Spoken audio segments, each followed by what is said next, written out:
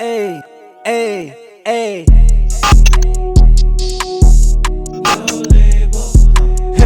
okay. Out to the pay, for the grass is always greener. I don't do no labels, I call it how I see it.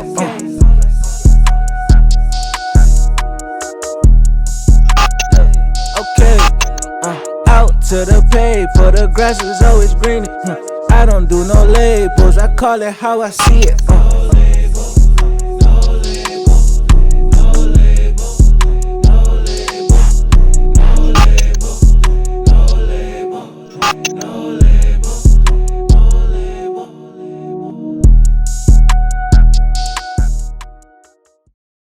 Yo, what's up, everybody? Welcome back to another episode of No Label, the podcast. Here, my boy Nell. Yo.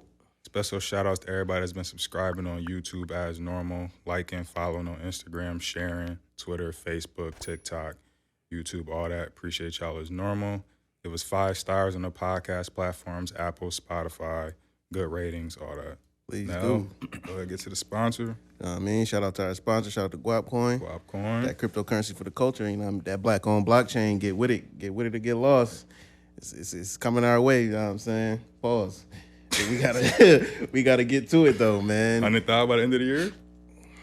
That's what you said a month I did ago, say I did call it. We gonna see. We gonna see. It's looking All right. good. BlackRock just bought another $1 billion last week. So we gonna see. We gonna see. You know what I'm saying? Today I'm sitting down with one of the like staples of like I don't want to say Buffalo fashion, but it's like you know what I'm saying. Like he's been pushing for a minute, and I had the honor of knowing bruh since I was maybe like 5. Bruh, I was young, bruh.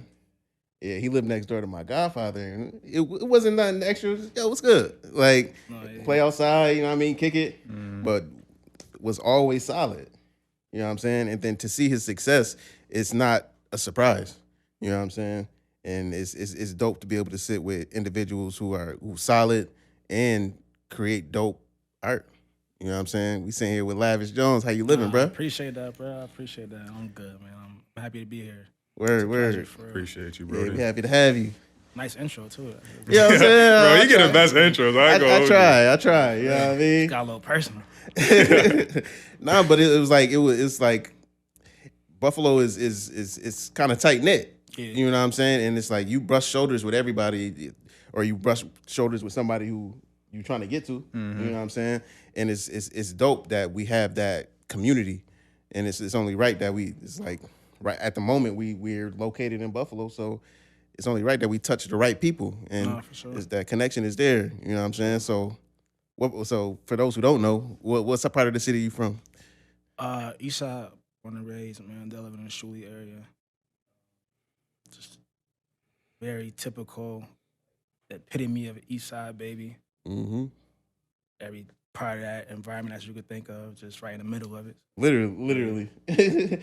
Most popping McDonald's. Right in the middle of it. Like, That's a fact. to us, we went through its different phases, but we called it the Carter at some point because it's like, you know, Carter is like Wayne's epitome album. It's like that's the pit of Wayne. You know what I mean? So we call neighbor like the Carter. Like if you got the Carter, it's just like the center of the crux of it. You know what I mean? Absolutely. When you said the Carter, I was thinking New Jack City. Oh yeah, that too. That too. Double entendre. Yeah, that too. Well, so for those who don't know, what high school did you go to? I went to performing arts.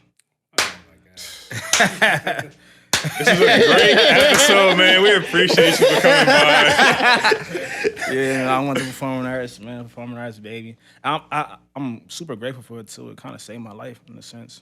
How so? It just really changed my whole direction of where I thought I would be going. Before going to performing arts, like I didn't really know I was artistic or talented in that manner. I just liked to doodle and sketch, and Art major? yeah, initially I was an art major, and I transferred my major to communications when I got to high school. Okay. Yeah, but when I first got there in middle school and junior high, I was a visual arts major, which was cool. I love visual arts, but I had an issue with like the staff, the arts department staff. So and then my mom was kind of on me too because she just always was scared of me not going in the right direction. she tried to push whatever she could to like be solidified in some career or some productive atmosphere, you know what I mean? So when she seen that art was like, I was good at it, but when she realized that it wasn't gonna be like financially productive, she was like, yo, we gotta do something else. We gotta get some money, you know what I mean? So she was like, I'm gonna try looking at different majors where you can make more sense in the future. And I kept brushing her off, like, yeah, I will. And then just coincidentally, like my 8th grade year, the communications professor had came and just trying to like rally people, you know what I mean, to come join this major. And I never thought about it until then. He just sit down and talk with me for a minute. And shout out to Jamplify. He like really changed my life. And he sat down and talked to me for a minute and kind of encouraged me to just come try it out. Tried it out, and it's been up ever since.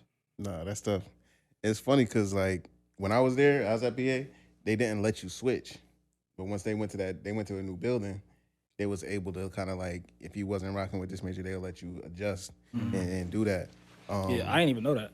I didn't know you couldn't switch before. Yeah, they was not trying to let people switch because I went there for piano and it was like I'm in choir, I'm playing saxophone. I'm like, bro, like I'm not doing what I wanted to do. So it was always kind of like I was always dabbling, but the communications majors kind of get like when I was there, they had kind of got the side eye. Yeah, because they try to. It's crazy now because. Yeah, with content. Hello. Yeah, I mean, like, literally. But like, nah, we really did. Like, it was like the two bottom of the barrel was like, what was a theater? Not theater, but with other theater, technical theater. The bottom was technical theater, and then us, and then everybody else. You know what I mean? What's considered technical theater? Production, probably. Okay. No, technical theater was like the special people that need more assistance. Okay. They classified it as technical theater, and so they was like the ones that everybody knew was like. We know what y'all got going on. Right. And then it was us, you know what I mean? And then it was, singers and dancers, but we wasn't considered like very talented. So it's crazy now, like all these years later, that like media is like the primary of everything. Absolutely. Like, you can't even live without it. You know what I mean? Exactly. Yeah, no, definitely. We definitely did get a side out though. But it was cool though, like, especially like for my personal situation. To be honest, like I was so talented with it that my professors would just let me, like I wouldn't even have to do like the curriculum. Like everybody would have like, this assignment throughout the week and this assignment. He would just let me do whatever I did outside of school as my graded projects. So I never had to do like actual classwork because I was just so already ahead of my time with it. Like I was already shooting music videos outside every other day, doing my own graphic works for outside clients outside of school. So he was allowing me to submit that as my work. That's tough. So, yeah, it was dope. Nah, that's the beauty of PA, though. It's like, because you got these artistic students as well as the artistic staff. Like, the art teacher also be making art. You know what I'm saying? Like, the dance teacher also is doing ballets. So it's like they have that leniency to let you, what I mean, express yourself. And it's like, okay, oh, you ain't do this classwork? Oh, well, draw me this picture, and I'll make up the last 3 grades that you missed. No, yeah, definitely. Was like that. And like that's and not for nothing. Like Jen was like a very talented photographer. Our professor, he was a very talented photographer. So he kind of encouraged us to kind of go outside of the norm and the curriculum. He wanted us to really explore ourselves and soar our wings and really get our feet wet in all sides of media. So he was loving every bit of it. I was taking equipment to go do extra shoots on raw shit like other campuses and going out of town, traveling, doing shoots. And he was just loving every bit of it. So he was kind of just proud that I was taking it seriously and working with it and doing the initiative. So he and mine. Yeah. So it was cool. And it made me feel good too because other people were still like, trying to figure it out. I'm like, man, that shit's cool. You was like making money from it in high school when you was going to do any shoots and shit? By the time I graduated, I probably shot like over 100 videos. Oh wow! Yeah, for all like local artists. I had already that was when I really started to get into like a productive hustle, just figuring out ways to capitalize on your talent. Yeah, so by the time I got out of high school, I already had like a catalog that was taking me further. I would say at one point, like even like how I was somewhere earlier, like sometime you have to set aside the request for your attention that don't make sense. So at that point, I had enough catalog where I could tell people no. You know what I mean? Word. So I was proud of that. That's fire. And then did you already have like the business structure in order too while you was in high school doing all the stuff outside? That's when I was figuring it out. Simultaneously as I was like exploring and getting people to request my services, I was figuring out how to structure business while doing that with real experience. I didn't have no like official business training or not, but I also had the opportunity. At the same time, I was working at a retail store, so a lot of that was like learning from observation and applying it to video work and my production work. So it was kind of like working hand in hand, being able to have somebody that I'm working with that I can witness and watch. Like, okay, that's how you do this in business. That's how you do that. Taking those things and transferring them into my little side jobs and stuff. So I was kind of figuring out at the same time. That's tough. That's tough. Hell yeah. What steered you away from videography? Video production. Video Video production. To be honest, I'm not steered away. Mm. Yeah, I still do a lot of production work. I just don't have the time to take other clients no more. But for my brand, I do all the media work, do all the graphics, all the photo shoots, all the advertisements, the commercials. Okay. Yeah, so I'm very still embedded media. I just don't do it I don't take on it as a service for other people anymore. Got you. Very much still. It's like my first love, you know? Mm-hmm. I went to college for it, high school, 8 years of schooling in media. So, yeah, I definitely am very 2 feet in it. Tough. That's tough. So boom. It's funny because like most kids coming out of high school, they trying to figure out, they trying to find their passion. Mm-hmm. They trying to find it. You had that thing. Yeah, that's why I say like performing arts really changed my life because I'm literally so I was telling you earlier, I transferred majors, but I took what do they call them? When you're not in the major, but you could take a class for the major. Elective? Yeah. Come on. That's my Yeah. I took some school. Yeah, I took an elective for communications, and that literally sold me. Like, I was like, so just being able to just visualize things and then bring them to life. You know what I mean? Like, like even like how this is decorated. Somebody had to come in here and visualize this, and now it's literally on a set every video. You know what I mean? Absolutely. Somebody's able to sit back and be like, I'll put that there, I painted this out. You know what I mean? So that aspect was really driving me, just being able to like bring my creations to life and let other people appreciate it and sell it too. Word. Yeah, so Nah, man, that's truly a gift. You know what I'm saying? To even have the idea like, yo, I could create this space. I could create this to how I want it to see, how I see fit. You know what I'm saying? Yeah. A lot of people miss that. And I wanted to touch on with teachers, like the teachers that at PA, and it's like as a teacher, like I teach math at an alternative school at the moment. Oh, for real? Yeah. 44? Stanley Falk. Okay. Yeah, so it's like we get kids from all districts, from Buffalo to Lakeshore. You know what I'm saying? And so many teachers miss that little window. Everybody try to keep you in that lane, but we have kids that have IEPs who have those exceptionalities where it's like, yo, they need that extra. Well, you don't excel in reading in this instance. What are you doing outside of school? No, okay, show me this. Give me 3 life goals, a plan, and I'll erase these zeros that you got. Mm-hmm. That little thing will take a kid that much further. And it's like teachers in America, they need to incorporate that. Because it gives you opportunity.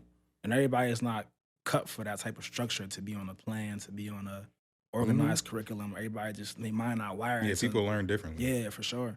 So to give somebody like a little space on the leash to go out and sniff around a little bit, like, that's like a dog's heaven. You know what I mean? So I think it's a great thing. And for me, it worked out tremendously because I was able to simultaneously get experience in my work, build clientele, and also use it for grades. You know what I mean? And get money at the same all with one. All in one. Yeah. You know what I mean? All with one And opportunity. the teacher helps facilitate. Nah, for real. He's Like spearhead imagine for if that. he would have never been like, Spearhead. yeah, like you can go ahead and imagine he told me no, that would have never happened. You know what I mean? Literally, Like, bro. And if I had to actually, if I had to do my full curriculum, I wouldn't have the time to take these little side jobs here and there and do what I did. So he literally allowed me to kind of grow into who I am.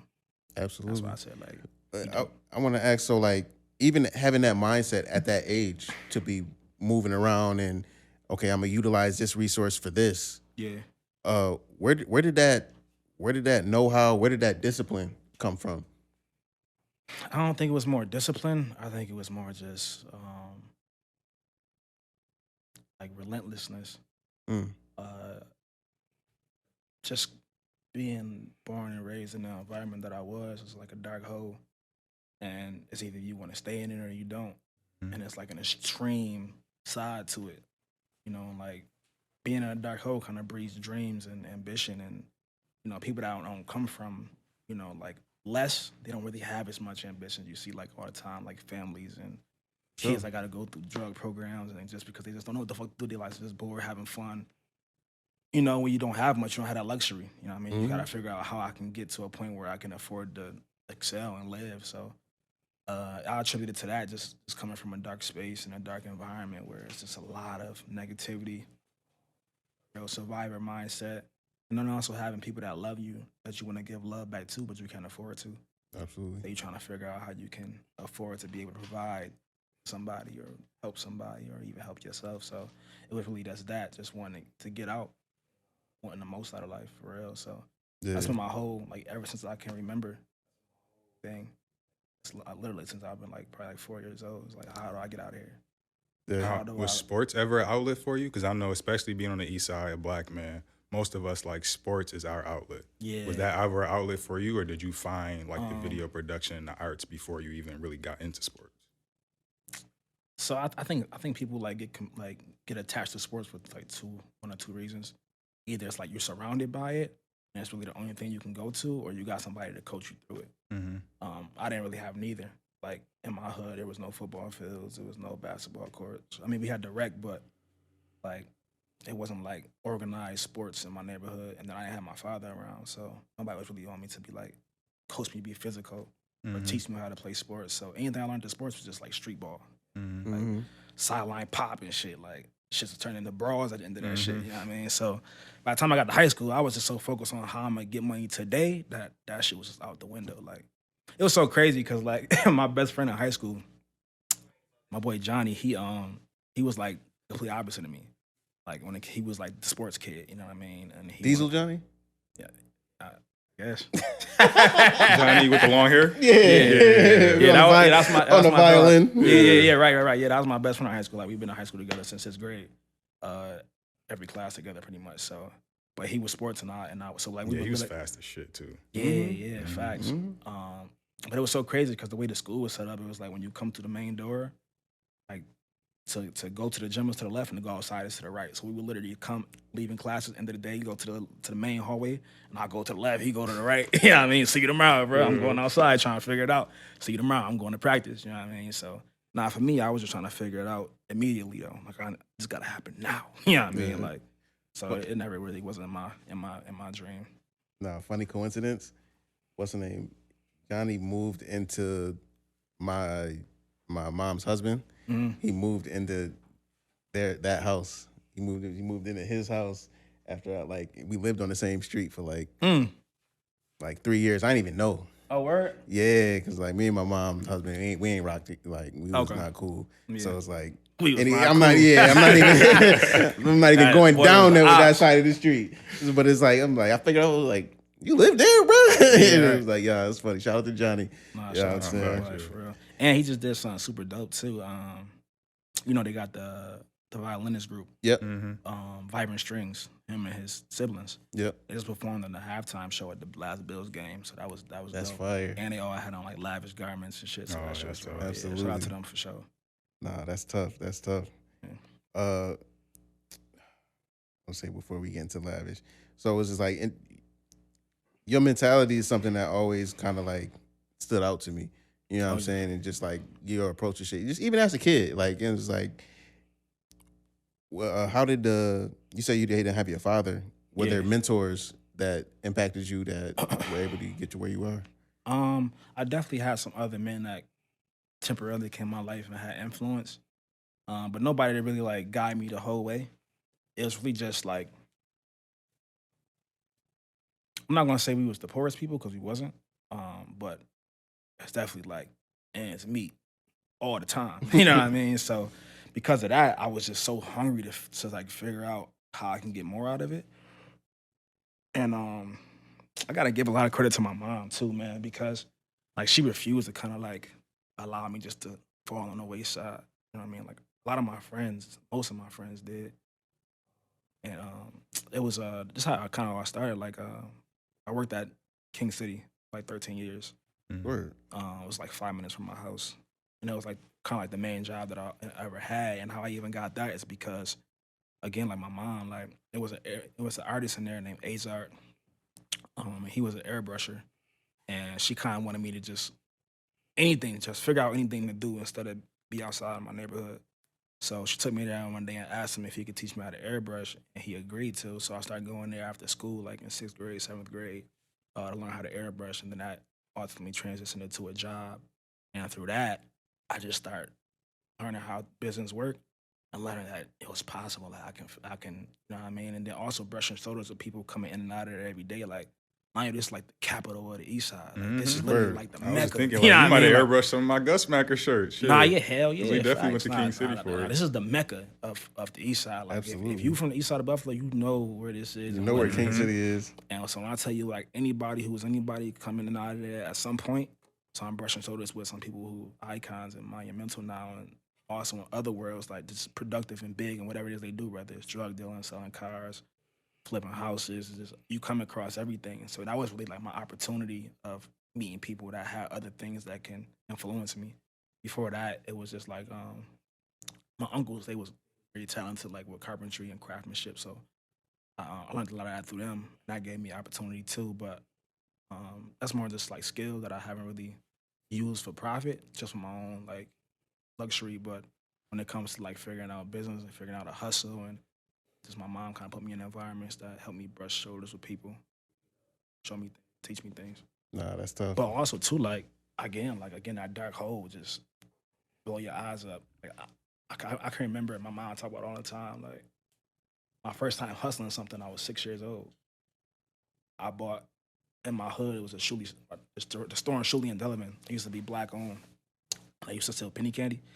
I used to go in there and buy a bunch of penny candy. And I would flip the penny candy to my cousins when they come over for 10 cents. Mm-hmm. But that was like my first hustle. I'm 6 years old, like trying to figure out. Yep. And then from there, it went to like, I used to like take my old PlayStation games and take them to school and resell them for $2 or some shit. I mean, then me and my man, my man from my neighborhood, we went to school together. But my man, he gonna know when he see this too. But we even like went to Penguin Dollar in my hood and bought some gel pens. It was like 3rd grade. Went to school and started charging people that, you know how when you're young, like how gel tattoos on you, like niggas in your class and drawing themselves. So everybody went like he was nice with the drawing. I had to hustle. So I was like, bro, let's just go get some gel pens so we could charge people to tattoo their shit up. You know what I mean? So we had everybody in school tatted all up with gel pens, charging people like $2, 3rd grade. You know what I mean? So like I said, as long as I can remember, like I just been trying to figure it out. That's kind of like the drive to just be relentless by any means. Just get the most out of this shit. Now, were you aware back then that you was like developing these skills and like you was working at King City, brushing shoulders with, you know, all the different types of people in Buffalo from all different avenues? Yeah. Were you aware that like eventually these skills that I'm learning could like help me in the long run? Hell no. No clue. I didn't know what the fuck was going on. I was just living day by day. When did you start to realize that those skills back then that you were doing, like you said, hustling since 3rd grade, when did you start to realize that, like, yo, this shit is benefiting me right now in what I'm doing? I didn't start to realize it until, like, money started coming in for real. Like, until I actually created a product that was able to capitalize on all of these different areas. When I started seeing it work, I'm like, oh, shit. You know what I mean? Like, I did some shit. You know what I mean? Like, mama, look at me. You know what I mean? Like, but yeah, it wasn't until, like, I actually had a product where I can transact and actually, like, see these things come into fruition and realize all these relationships I got that I could leverage. You know what I mean? So, but at the time, I was just genuinely being me. Like, the people that I met and the relationships that I built in that time period and, like, things that grew on to be greater relationships, I was just being me. Just being a cool nigga, just, you know, doing my job too at the same time, but also just, also not being naive to the fact when you come across good people. You know what I mean? Like, it was like an organic situation, and then at some point, next thing you know, after 5-8 years, you know, you done seen them motherfucker every day and sold them Dutchies and did T-shirts for them, and that's damn near your man. You know what I mean? Like, you my man. You know what I mean? So, yeah, it was kind of like an organic situation. And then once I finally had a product where I could be like, yo, bro, check me out, and I seen that, you know, I had a lot of people that I could say check me out to, that was when you look back and reflect like, oh, shit, I kind of have been developing something, haven't I? And it's like when you building something with bricks, you don't really see what you're building until it's done. Yeah. You can sit back and be like, damn. I mean, just imagine like the pyramids, how they must have felt doing that shit. Absolutely. Like I know after like the third brick, you like tired. This shit ain't doing nothing. But by the time you get the brick 600, you like, what the fuck? Yeah, I mean, That plan. Yeah. That plan. When you're in grind mode, you're not really focusing on that. You just focus on the next step, day by day, brick by brick. That's exactly what it was. It was like some real day by day shit. I always have it in the back of my head that I want to get the fuck out of here, and I want to be successful. But yeah, just still being me, still being genuine, still being true to myself and true to what I knew about morality and manhood and being a good person. Word. So like, I'm busting up to like I'm gonna get popped in this.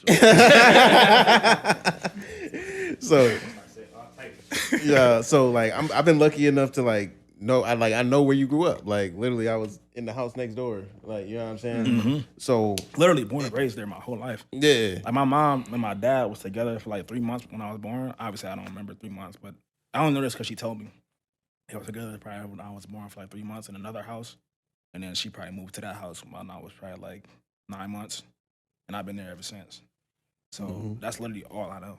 Word. You know what I mean? And it's like your thoughts even back then was like, yo, I gotta get out of here. Oh yeah, hell yeah. And I always look at like rappers and like certain people who be like, nah, I'm in the hood, I'm gonna die in the hood, and it's just like it was like even like hustlers, it was just like, yo, the goal was always to get out. Always to get out. You know what really like crystallized that for me? Like a clear view when real shit start happening.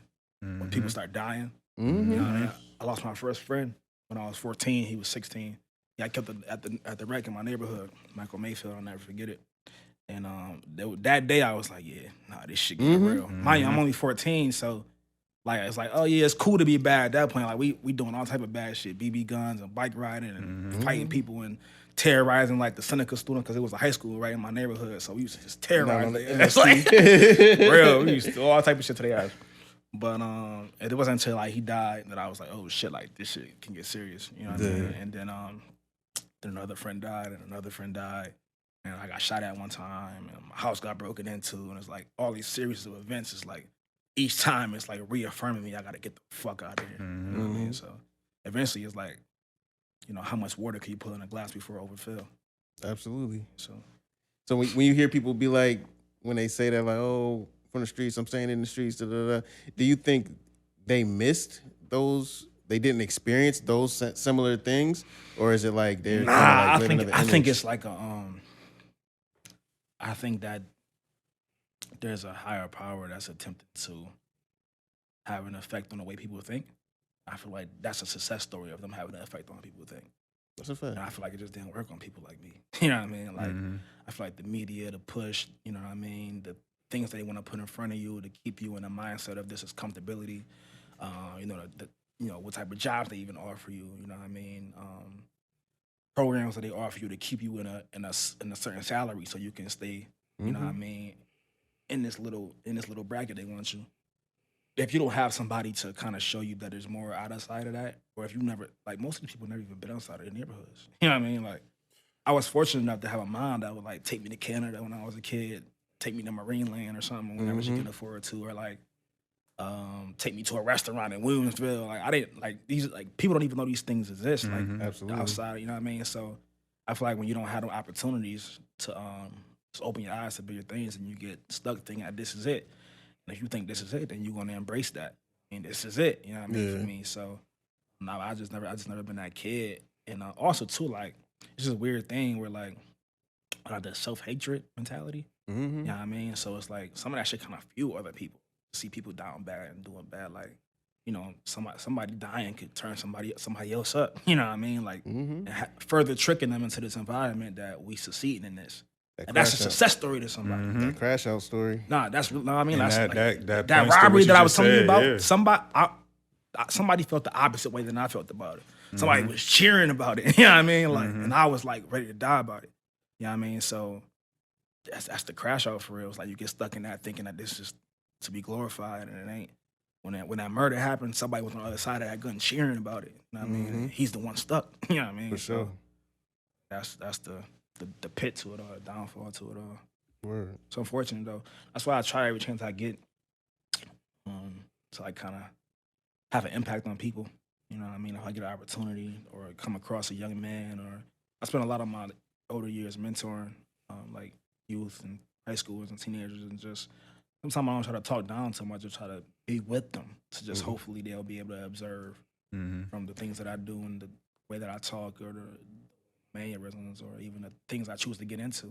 Absolutely. Not choose to get into, and hope that that can have an impact on somebody. So I try. Absolutely. Try to do my part. And we're lucky enough in Buffalo, we have like the mentorship programs. Like we was talking about it before you got here. Like we was at Hutch Tech and they had like the gents program. Yeah. Where it's like everybody's familiar with like Divine Nine fraternities, Omegas. They have the junior, like the gents. And they had a lot of them was heavy in the school. Mara was telling us about how they had the Kappas in their school. Were you in that in high school, or was it a college thing? Yeah, no, that's how, so crazy that you just asked me that. That's how I got into Kappa is a deep story.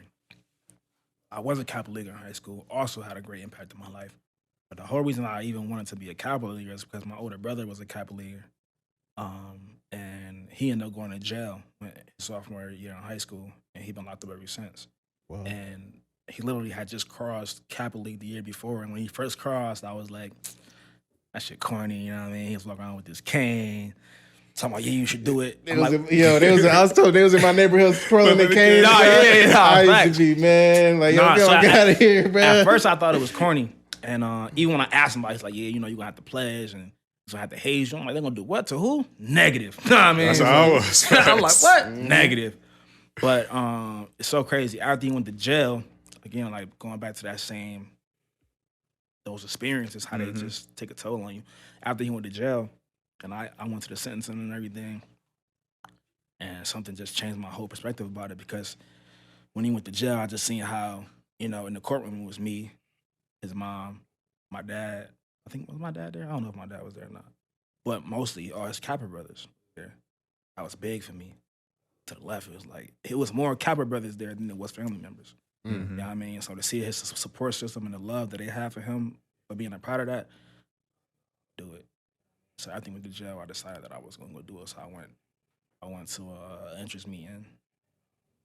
It was so crazy because when I went in there and I told him who I was, it was like a bittersweet thing. It was like, oh, it's cool, but also like him. Yeah, they kind of, you know what I mean? Like, that's who, brother? Yeah. And when I did what? Yeah, nah, we gonna pass on that. But they end up pledging me, and I crossed, and that's the rest is history. Like Kappa is like between Kappa and school, and I guess a lot of my private, this shit is just like so crazy, bro. It's so crazy because everybody don't get these chances. You know what I mean? Like the things that had the greatest impacts on me, some people would never experience. You know what I mean? So, but yeah, Kappa is one of them things that I hold dear to my heart. So that's why I do give back to the Kappa leaguers. And then, like you said, after high school, I went to Pleasant College too.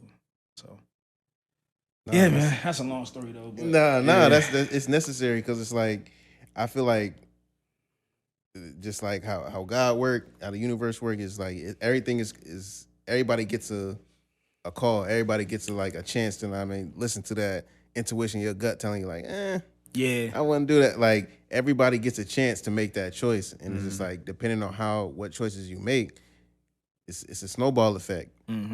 If you ignore it, you're gonna continuously ignore it. If you listen to the first one, and then you keep listening, it'll take you on a beautiful path, and it creates dope stories like this one. Nah, for sure.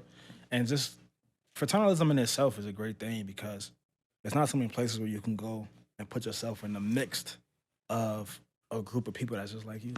You know what I mean? Like, I can't think of nowhere else that you can put yourself in the environment and be surrounded by 300, 400 other black young men that all is like-minded and want the most out of life, want the better things. A lot of them come from similar situations.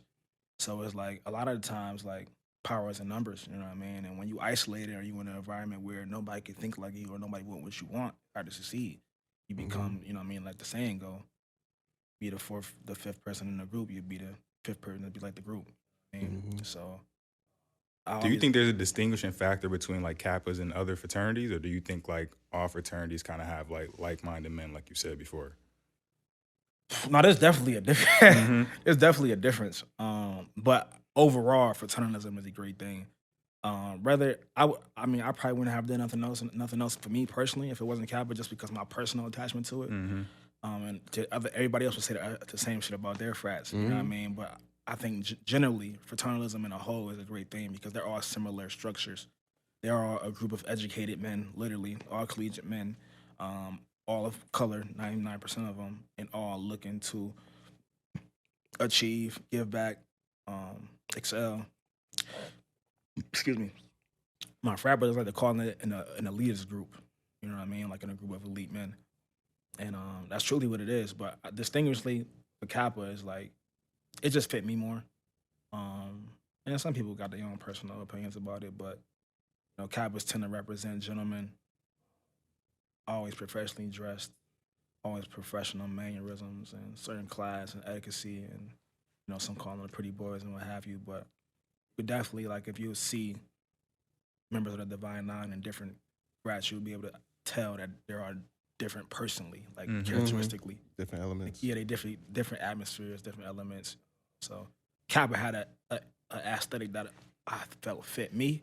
And then, you know, some people would say the same thing about theirs too. So yeah, I think it's like a, you know, tomato thing. Is it a requirement to like go to a college in order Yeah. to So for actual collegiate fraternity, so you have to be enrolled in a college.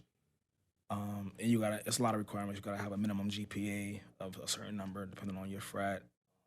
They like to see accolades in your history. So it's definitely a group of the elitists. Like, you just can't be anybody trying to, because obviously what value would it hold if we allowed anybody to be a part of this group? So it's definitely a collegiate thing. And for high school's a little bit easier, but they transfer some of the same elements.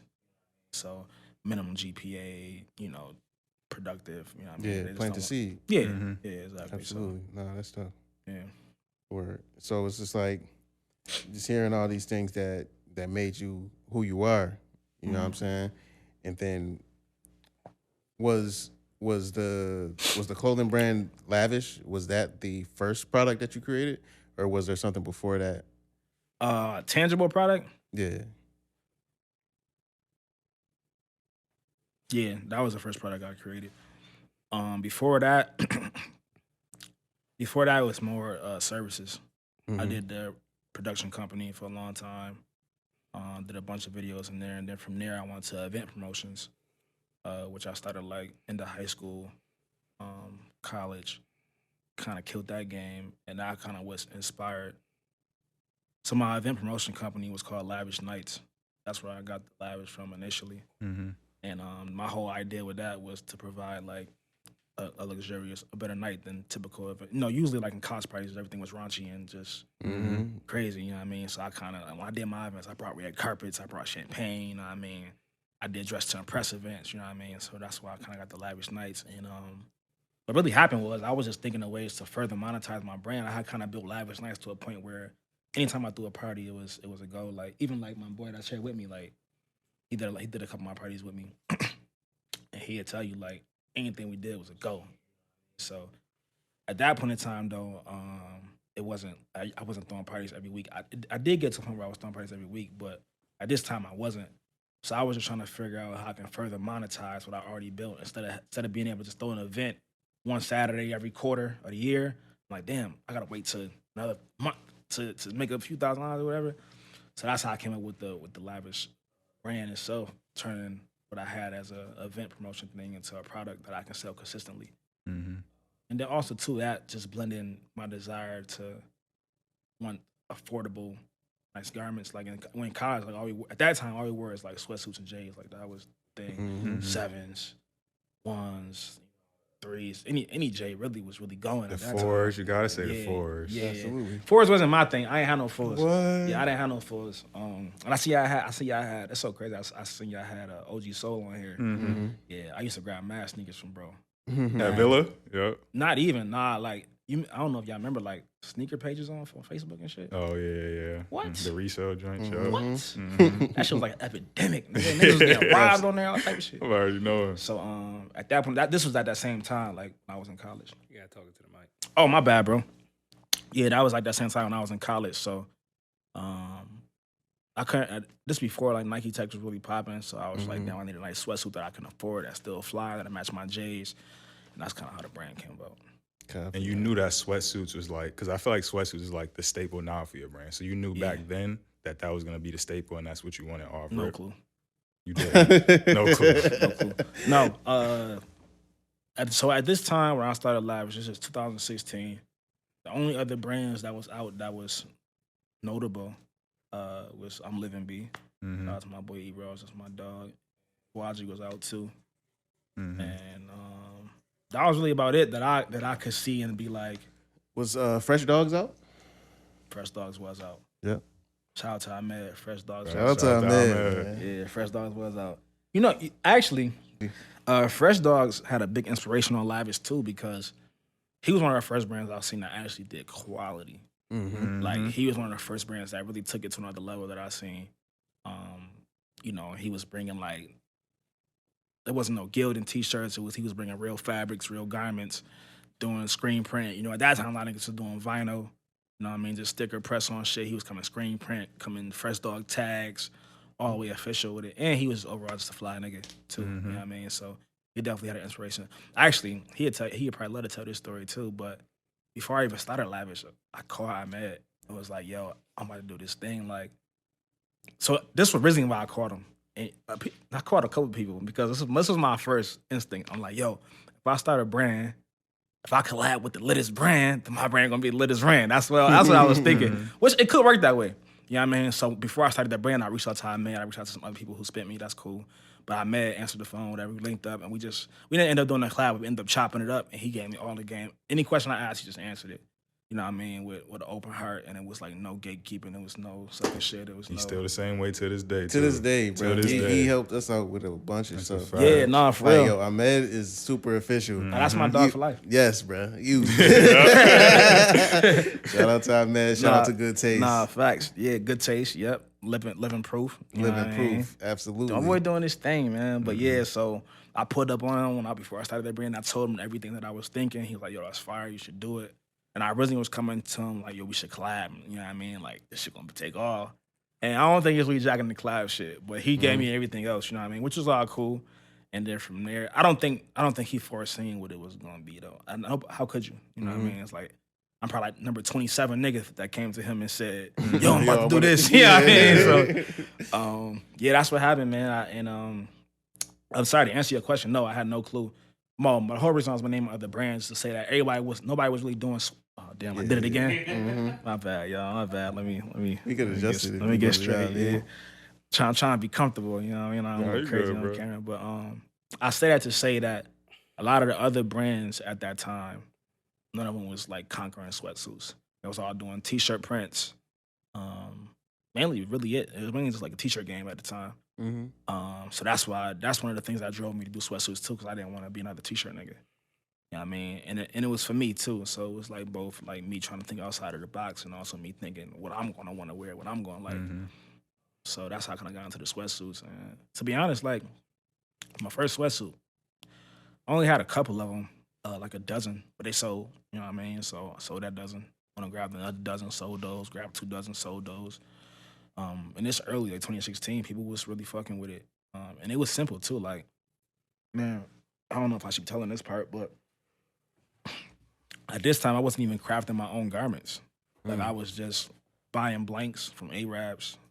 No offense, but from Arab stores, grabbing blanks of other brands, ripping they shit out and putting my shit in.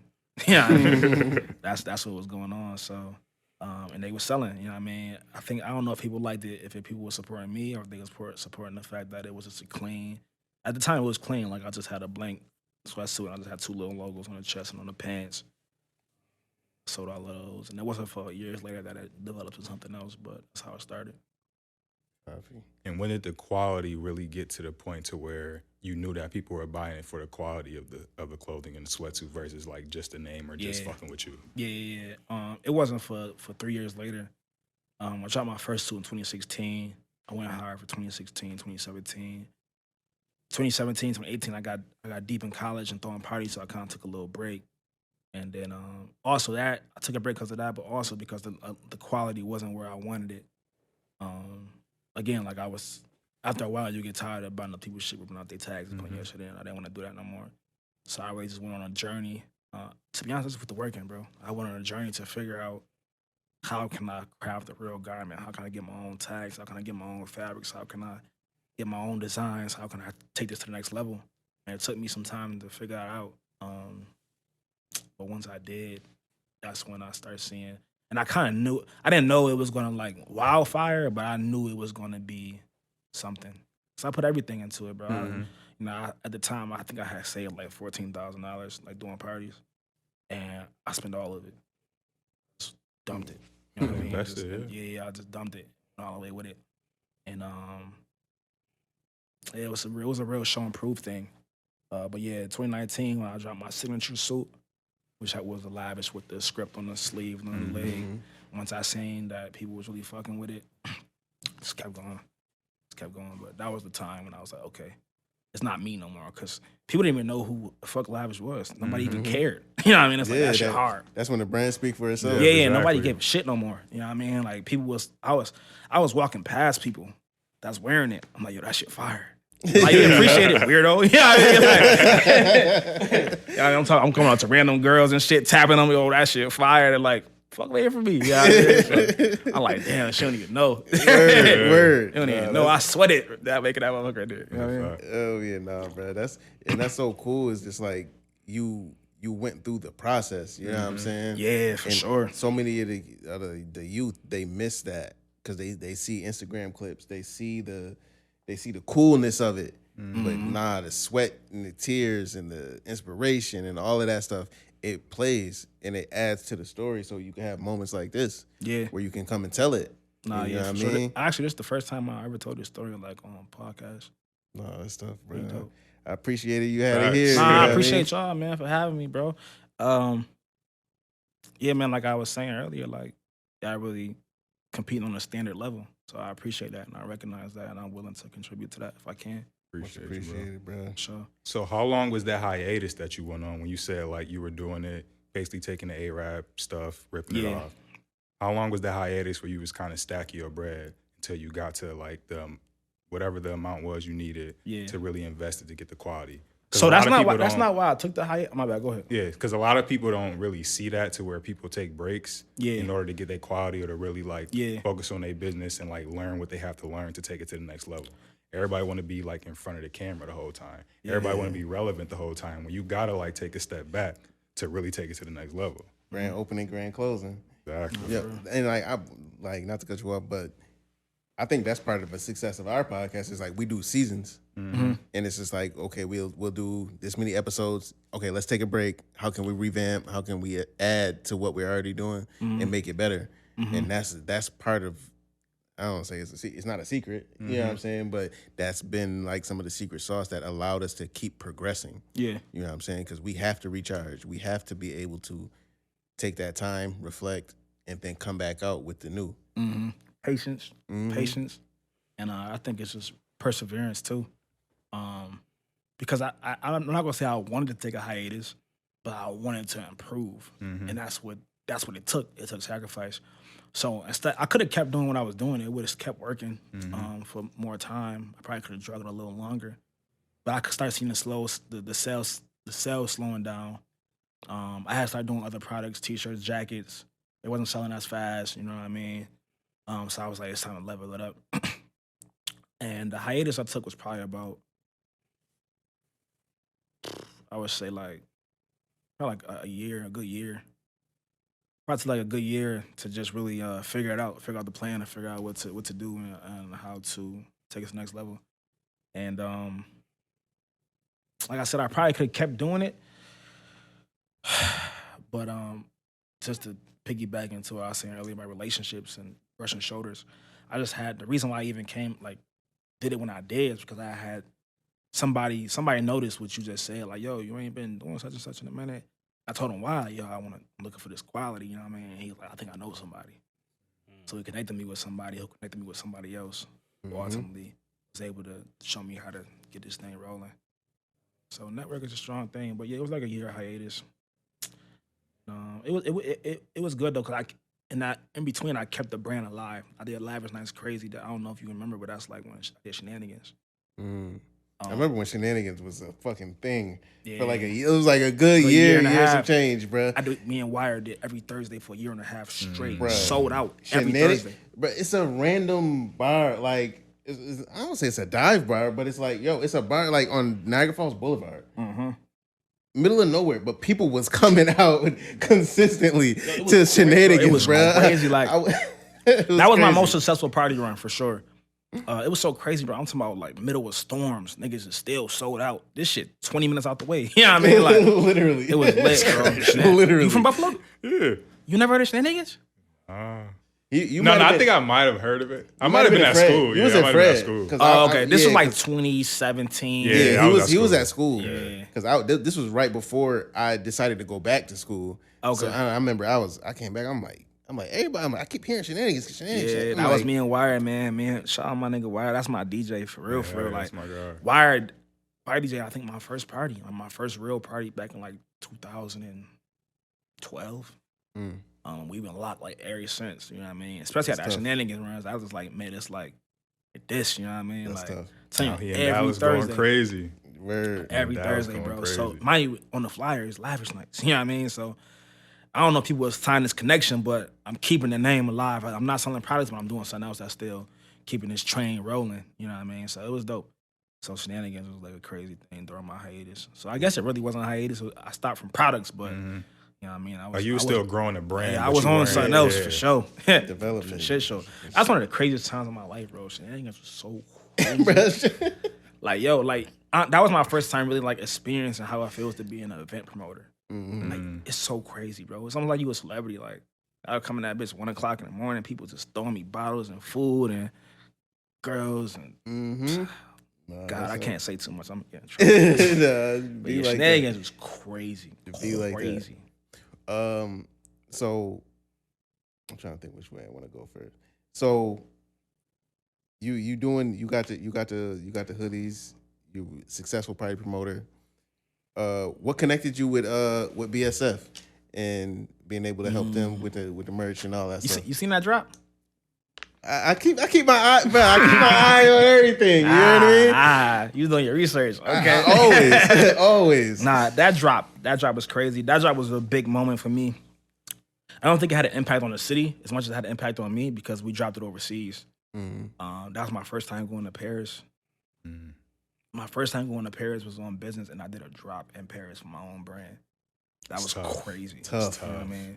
Then I went east side of Buffalo. East side of Buffalo. Really from like really there. Like like real life. Like I'm really there and I'm really in Paris. Nah, for real. Like niggas in Paris for real. Like niggas. You know what I mean? Like different. A gang of them. You know what I mean? Like that's like, you know how like every dope boy say it's Rolex's first trophy. Like me going to Paris, like my first trophy. Like that's like I know everybody go to Paris now, but like going on business and really going in there and make a profit and selling out too, it's crazy. Tough. But that goes back to King City.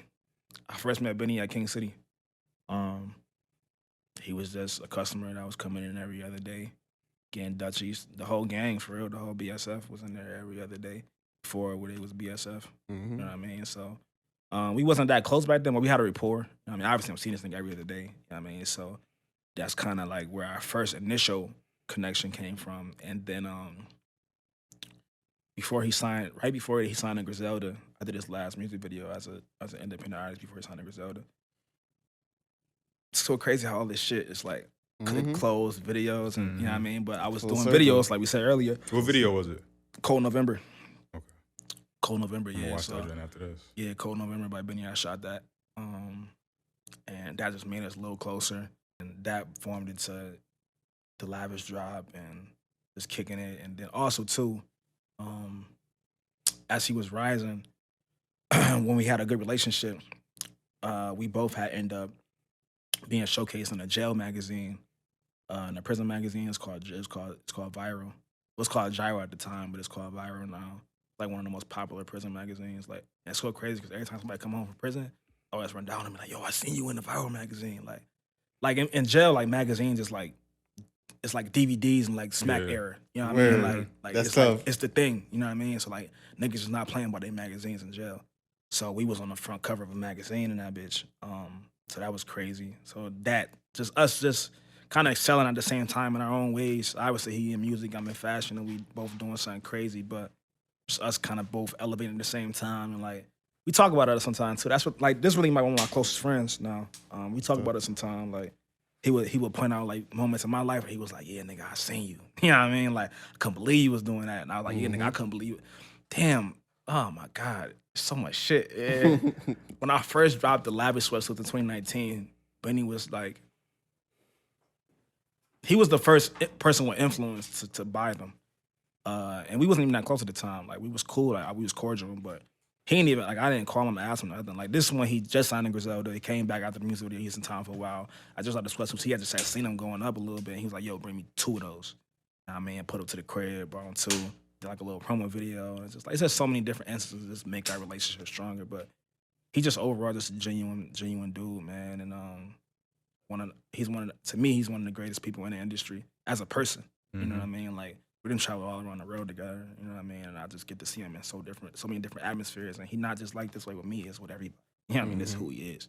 He genuine, he honest, he loyal. You know what I mean? He put his whole team on, his whole family, whoever he could and was willing to work for the spot. You know what I mean? Like so that everybody that's around him is like, I can vouch. It's the same people that have been there 10 years ago. You know what I mean? And anybody who's new there, they earned that spot. You know what I mean? So Absolutely. Sure. No, and it's like when I met Benny a couple times, but the one that stands out is when I was with Love on a tour. We did a show in Atlanta, and he had his lady, he had his kids, they're in the back, and it's like stuff like that always stands out to me. You know what I'm saying? Because so many people buy into the rapper persona, and it's just like somebody's willing, like, nah, family is first. Oh, that's who he is. Nigga, we just went to Greece together probably like 8 months ago. It was me, him, a couple of his homies, and his whole family. His mama, his wife, both of his daughters. You know what I mean? Yeah, that's what bro be on. Like, he just did a Breakfast Club interview, and it was just him and his daughter. Right. What nigga you know do that? Yeah, facts. Show me another rapper that go on the Breakfast Club and take their daughter. Yeah, bro. Lit. You know what I mean? Like, gotta respect it. You know what Absolutely. I mean? So that's what definitely bro be on. I get again like one of the most genuine people that I know. You know what I mean? And he keep me motivated too. Like sometimes I just call that nigga just randomly just to talk shit or just sing some bars or we just be motivating each other. You know what I mean? And just ain't no telling where he'd be at when I call. I face on that nigga be on a jet. That nigga be at dinner with Jay-Z. Ain't no fucking telling. You know what I mean? So I just even be thankful the nigga be answering the phone when I call. You know what I mean? Absolutely, Like that's I can honestly say like if he don't answer when I call, he gonna call me back. You know what I mean? No matter what he got going on. So that keep me motivated too to know that he got a million things to do and still, that's bro calling me. You know what I mean? That keep me to be the same way with people around me and people that I love and support and people that support me. You know what I mean? So pay it forward. Nah, for sure. Absolutely. So So it's that's like, kind of how that happened. So then you got with the BSF, you got the BSF connection. Then I noticed the Lavish with the Buffalo Bills numbers. Yeah. The licensing is crazy within itself. Yeah. How were you able to create that relationship and execute the product that you got? To be honest, that's not a licensed product. There's no technical authority on that from the Buffalo Bills. But I did my due diligence to make sure that the garment itself wasn't copyright infringement. All of the insignias on the garment is modified. If you got one, you can look at it, and then like the Bills logo is modified, so it's not truly a Bills logo. That's key though. Yeah, the AFC logo is on there. It's modified. Everything is modified.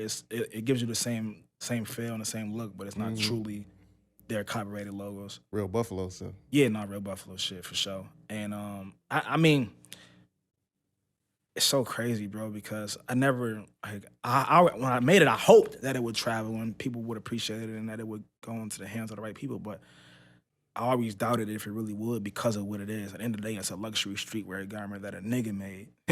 I don't work for them people. You know what I mean? They could easily be like, yo, get this nigga out of here. You know what I mean? But nah, Bills players wore that. You know what I mean? Like, it's been in the middle of the fucking stadium halftime show.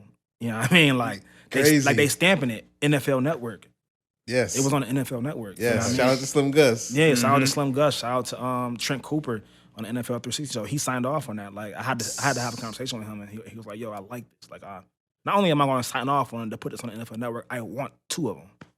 But he actually grabbed 2. Come on, for him and his son. Like, yeah, so it's so crazy, bro. But yeah, like, so it's been everywhere that I thought that it couldn't go.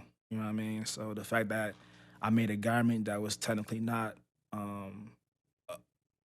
fully mine to make, but I made a garment that was inspired by something else, inspired by a sports team, inspired by the NFL, and they own that for sure. You know, they own that where it's inspired from. You know what I mean? But it definitely was a creation that traveled throughout the war. Like I done shipped that Bill sweater, man, Buffalo, California. Like, how am I shipping Bill sweaters to California? Mm-hmm. Like sometimes Bills you wake up and travel, dog.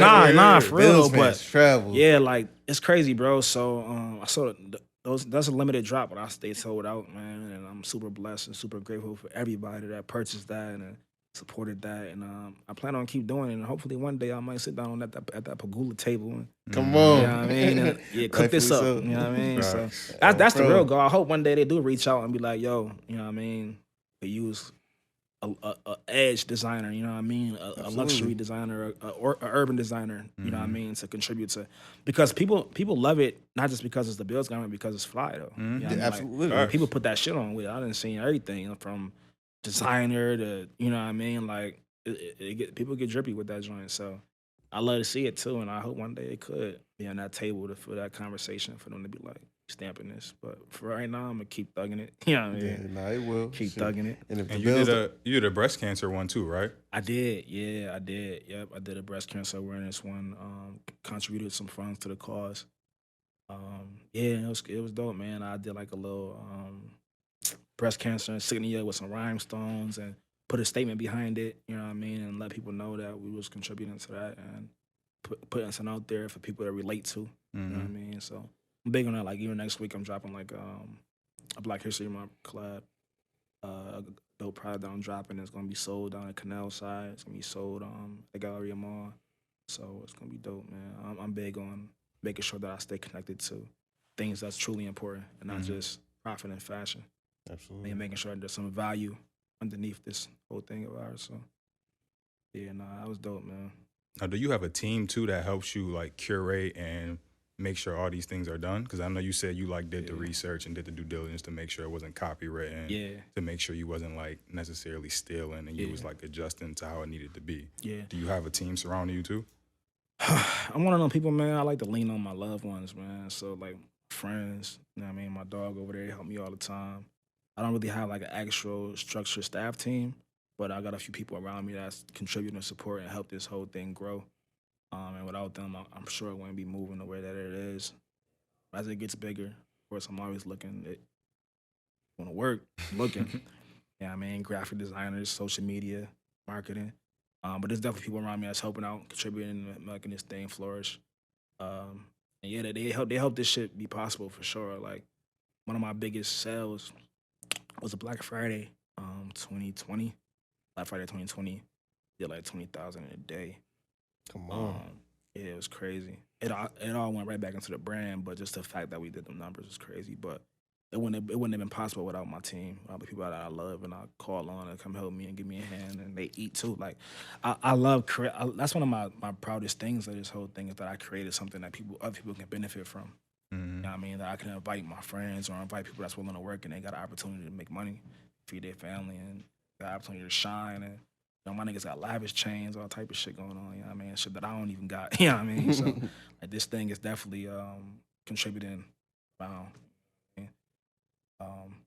Yeah, man. It's even like one of my other friends moved here from another country off the vision of seeing that there's business opportunity in Buffalo, New York, based upon like his own insight, but also seeing what I've been doing. You know what I mean? So the fact that I can encourage him to want to come and grind and also contribute in a way and do his own thing too is dope, man. So yeah, I think that's also a simultaneous somewhere where I struggle too. Like, kind of need a bigger team. So again, need a bigger team. Yeah, you know what I'm saying? so, like, hit him up. if you serious, you about it. You know what I mean? Nah, Tap for sure. in. And it's shit only getting bigger, man. Bring the resume, man. It's only getting bigger. Bring your resumes. Necessary. We got a top 5 segment. So depending on the person on the show, depending on their area of expertise, we just kind of go into like what their top 5 is in that industry. So who would you say are your top 5 inspirations when it comes to like design in general? To fashion? Mm-hmm. Top 5. Your personal like 5 inspirations or people you look to, people you've gotten advice from, people maybe you've like watched YouTube videos, they helped you out. Yeah, no. Top 5 for me, I'm going Mike and Mary. He's just like a true underdog story. Mm-hmm. I love that. I'm going. It's a tough one, man. I'm going with Pharrell Williams. The whole Bape epidemic was crazy. Real. Changed the fashion game forever. Mm-hmm. You know what I mean? Even today, to be able to transcend from that to really like changing the vision of Louis Vuitton, changing the presence of Louis Vuitton is crazy. So Pharrell was a huge inspiration on me. I'm be honest, bro. Wes is like, I don't even think he know this, but I be watching. You know what I mean? Like, nah, Wes is just the way that he curates, bro. You know what I mean? Like, to this day, I still don't know how he do some of the shit he do. You know what I mean? I'm gonna ask him next time I see him too. Like, bro, we gotta chop it up. Shit's getting crazy. True visionary. Nah, for real, bro. And even Benny had said, like, it's like, bro, that's just with his creative in his mind, bro. It's truly beautiful, bro, to watch him work. You know what I mean? And to watch him just do great things and travel and build the relationships that he do. I don't know how he be building these relationships, bro. You would see this nigga one day with fucking kids. One day he with Virgil, next day he with, you know what I mean, this white lady from Paris that nobody know, that come to find out she got 5 million followers and you know what I mean, do everything fashion, culture, and it's like, how do you even know her, bro? You know what I mean? Like, she's like this random white lady from Poland, bro. Like, you know what I mean? So, nah, Wes, where we at? That's 3. You good. Yeah. You good. I'm good, my bad. I keep doing that. I'm sorry. You Gucci. Yeah, so you comfortable. You comfortable. Mary, West. Yeah, I ain't gonna lie, man. I like Isaac Paleo. He's not really a designer. He's an artist, but I draw a lot of my inspiration from art, and I really like his aesthetic. I don't know if you know how that is, but I like his aesthetic. He did some work with West too. Isaac Paleo is super fire. And yeah, nah, for sure. And then man, I'm gonna go Basquiat. Yeah, another artist that just really does something different on the canvas. Like, for me, designing is art. You know what I mean? So a lot of the times, it's not about the context you put into the art. It's about just how you display it.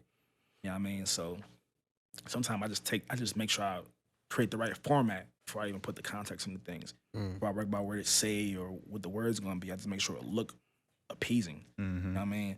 And a lot of that comes from art. Like, your first glance at art is not what the context is, it's how it looks that attracts you. And then you be like, what the hell going on? You know what I mean? Like, yeah, so like even like shit like that, bro, like crazy. You know what I mean? Like crazy.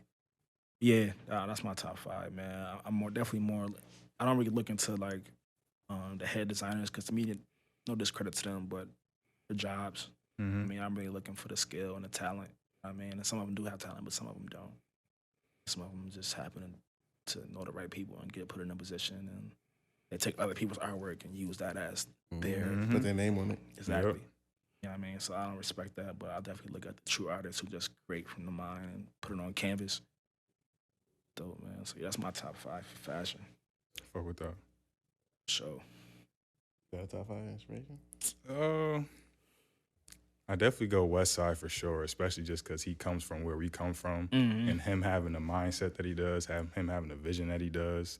Like you said, he just be knowing random shit that I'm like, how does he know who this person even is? Nah, right. I really don't know. Like, I really don't know how he does it, bro. Like, he wanted, you know how like you say when you started listening to Nas and you started looking up words and shit? I'll be listening to West Side, I'm like, yo, who was this name that he just dropped? Kanye for sure. Virgil. You like Kanye for fashion? I would say just design for like business? general. Or? Design in general. Okay. I ain't gonna lie, bro. I know people gonna probably crucify me for this. Some of the designs be wild. Yeah, I'm not even saying. I'm saying bro, I more didn't so even like like the the design Yeezys. and artist mind. I'm not didn't even either. talking about like the style. I didn't either. It grew on me because I've What? seen so many people that like I liked the first Yeezys. But like the Yeezy silhouette today, I'm not that impressed, to be honest. What silhouette you talking about specifically? Just like the athletic Yeezys. Like, I'm not really. Yeah, I mean, it's whatever. Yeah. But I know like just the Boost design in general. Yeah. That came from Kanye. Like Right. Adidas' whole brand, the whole Boost thing. Yeah. It's from Kanye's first Yeezy with Adidas from that Boost design. Yeah. So it's like just that innovation in general is why I fuck Now with I respect him as an innovator and as a curator. Yeah. I just don't know if I really admire his fashion taste. Yeah, I don't think that he's like the flyest Yeah, at all. yeah. I think I'm flyer than Kanye, to be honest. But that's another thing. Yeah, but no, them first Yeezys, the Nike Yeezys was crazy. Yeah. Nike Yeezys was definitely crazy. I like Kid Super a lot. Yo, K Super is dope. Man, Kid I met Super him a in lot. Buffalo and I had no idea who. When? Bruh, when was that? 2000. A little bit after. This might have been like just after COVID, maybe 2001 or 2021, like 22, maybe. What he was doing up here? He was with True. Westside doing some Yeah, shit. bro. Westside, right. Westside had an event, and then Yeah. it was at the Anti Gallery. That's And it's like he was one of the first people to pull up to the spot, and I opened the door for him. I'm like, oh yeah, shit, what's he good? just did a collab with Canadian Canada Goose. That shit tough. Mm-hmm.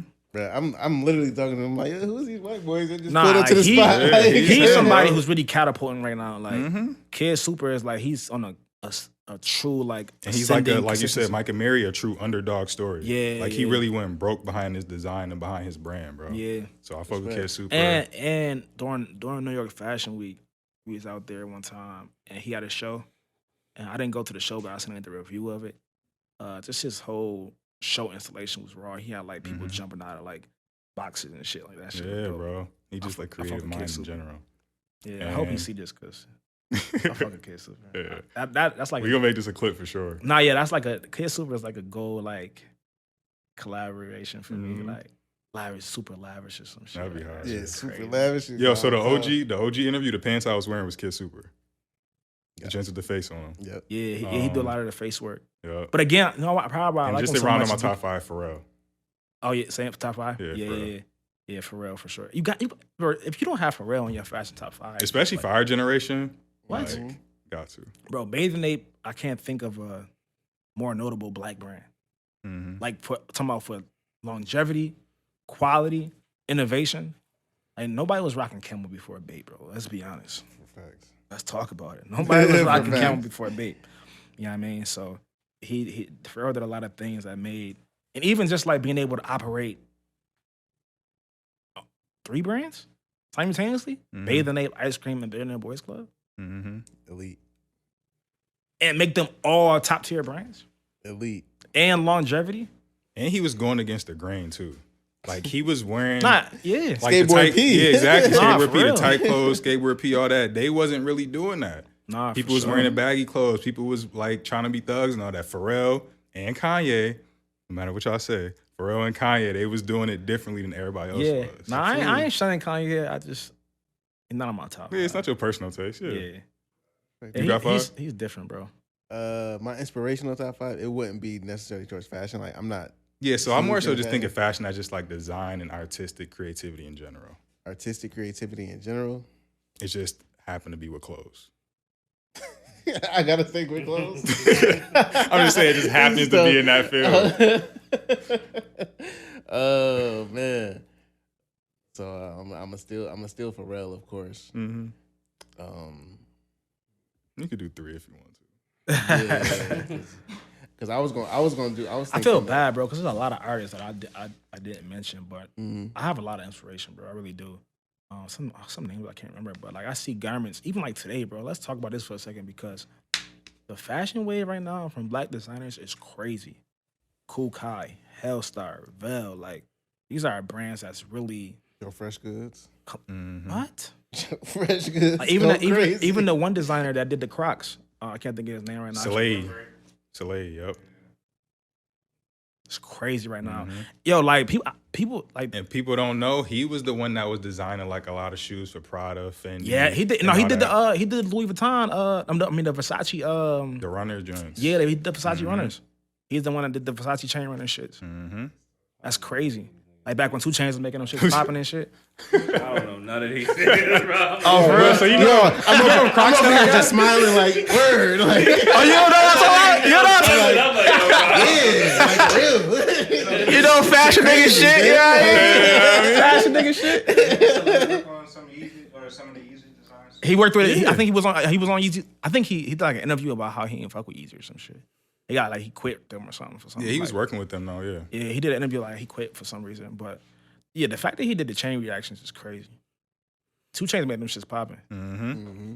Yeah, no, but I just want to shine some light on just black designers because like niggas don't even really like they created a whole new, we created a whole new market for shopping. Like you literally can go get an Instagram brand and get fleet, put that shit on. Like one brand I really fuck right now is Veil. I don't know if y'all heard of Veil.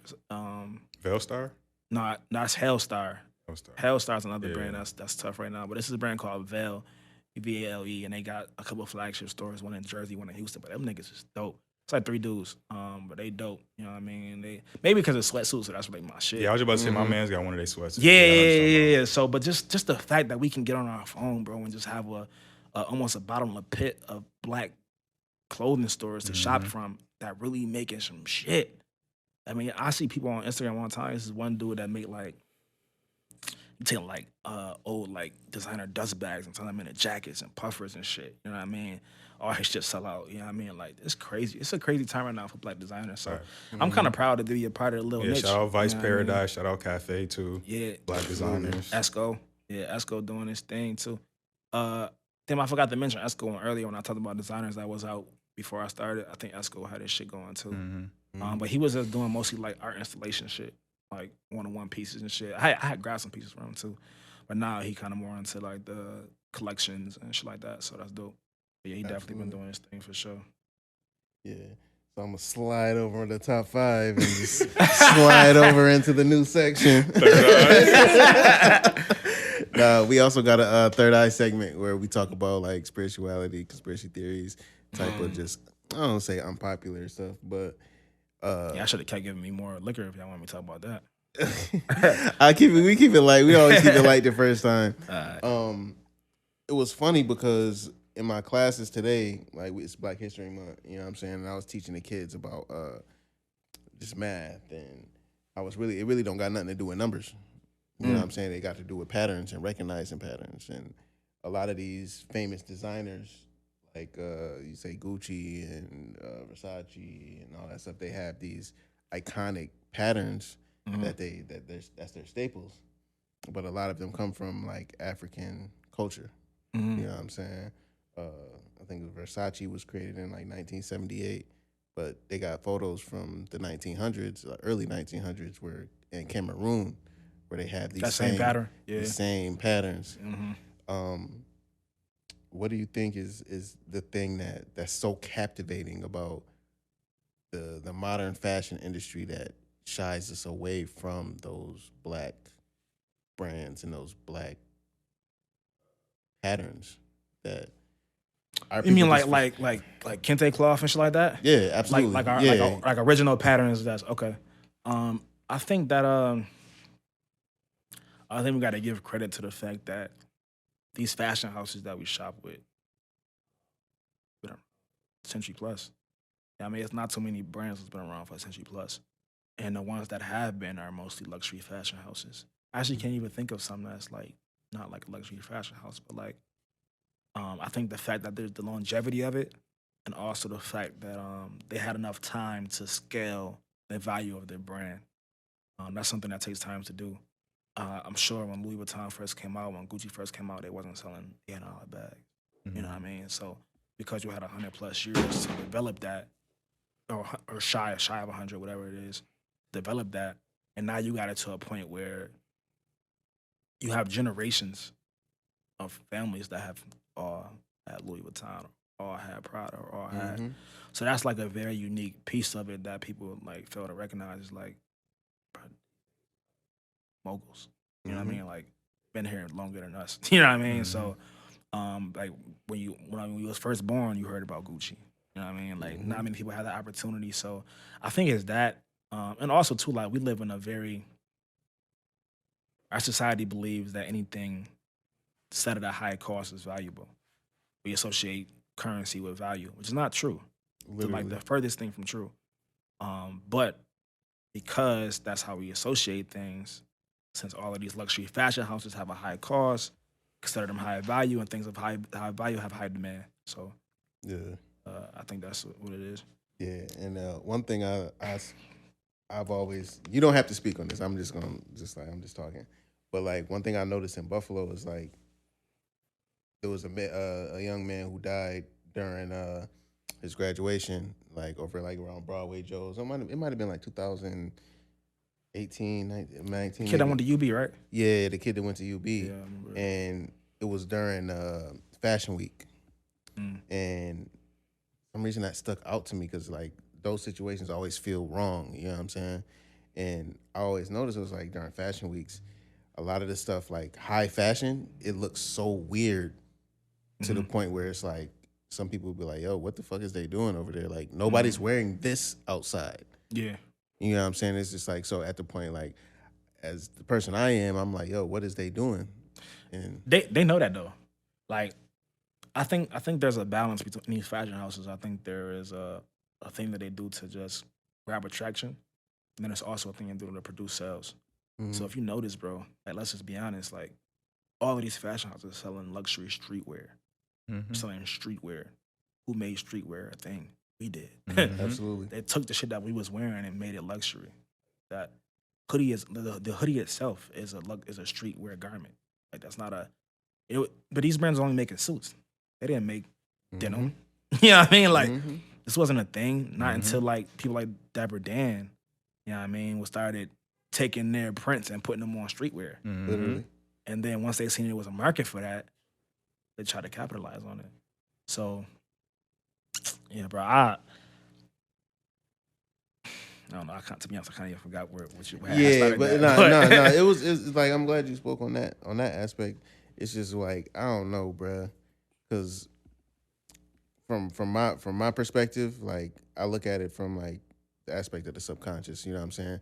Subconscious is programmed by repetition, symbols, and trauma. You know what I'm saying? And fashion is the ultimate symbol or like repetition is subconscious that it like impacts our reality. You know what I'm saying?